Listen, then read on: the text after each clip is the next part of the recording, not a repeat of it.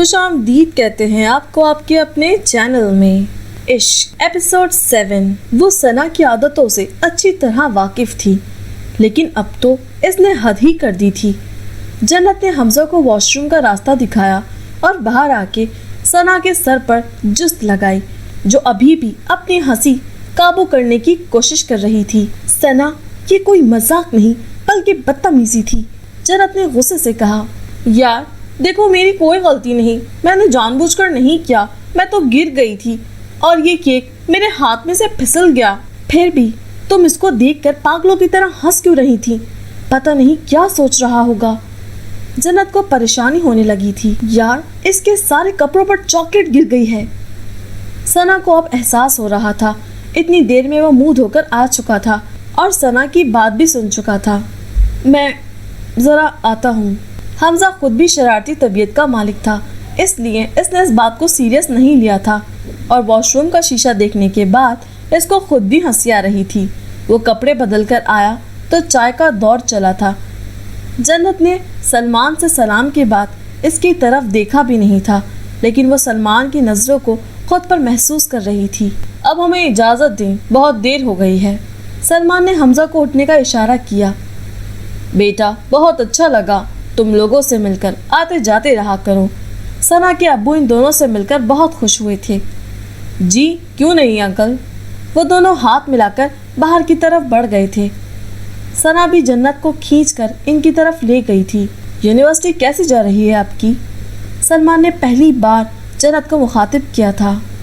جی اچھی، جنت نے نظریں جھکائے جواب دیا۔ اب وہ جنت سے ادھر ادھر کی باتیں پوچھ رہا تھا۔ ثنا ان دونوں کو مصروف دیکھ کر حمزہ کے پاس چلی آئی تھی۔ آئی ایم سوری، ثنا نے معصومیت سے کہا۔ کس لیے؟ حمزہ نے انجان بنتے ہوئے کہا۔ وہ کیک گرانے کے لیے۔ مجھے لگا زمین پر گرانے کے لیے کہہ رہی ہوں گی، کیونکہ کیک گرانے میں تو آپ کی کوئی غلطی نہیں تھی۔ ثنا اس کا اشارہ سمجھتے ہی شرم سے سرخ پڑ گئی تھی۔ بدتمیز، منہ میں بڑبڑا کر رہ گئی تھی۔ نہیں، وہ ہنسنے کے لیے بھی، ثنا نے بمشکل الفاظ ادا کیے۔ اس میں بھی آپ کی کوئی غلطی نہیں تھی، وہ کہہ کر آگے بڑھ گیا تھا اور ثنا کو اس کا لہجہ اندر تک جھنجھوڑ گیا تھا۔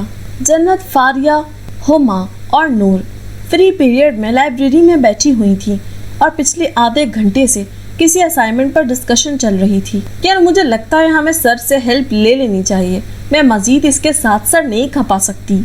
نور نے تنگ آ کر کہا۔ ہاں یار صحیح کہہ رہی ہو، جلدی چلو پھر اگلی کلاس اسٹارٹ ہو جائے گی۔ ہاں چلو۔ کچھ دیر میں وہ سر کے آفس میں موجود تھیں۔ سر کسی گیسٹ کے ساتھ مصروف تھے اور انہیں انتظار کا کہا گیا تھا۔ اب وہ چاروں اس گیٹ کی پشت پر نظریں ڈالے بیٹھی ہوئی تھیں۔ کیا ایسی بھی کون سی گفتگو ہے جو ختم ہونے میں ہی نہیں آ رہی؟ یار اس کو بولو اپنا مسئلہ کشمیر بعد میں آ کر سلجھا لے، ہماری کلاس شروع ہو گئی تو میم سے انسلٹ پکی۔ ہما کی بات پر جنت نے اسے کوہنی مار کر گھورا تھا۔ آہستہ بولو، سر نے سن لیا نا تو آفس سے باہر اٹھا کر ماریں گے، پھر کرتی رہنا اپنی اسائنمنٹ کمپلیٹ۔ خیر اللہ اللہ کر کے وہ جناب اٹھے تھے اور وہ تینوں سر کی طرف متوجہ ہوئی تھیں، سوائے ہما کی۔ ہما تو حمزہ کو دیکھ کر وہیں جم گئی تھی۔ اسے بھی ہما کو دیکھ کر خوشگوار حیرت ہوئی تھی۔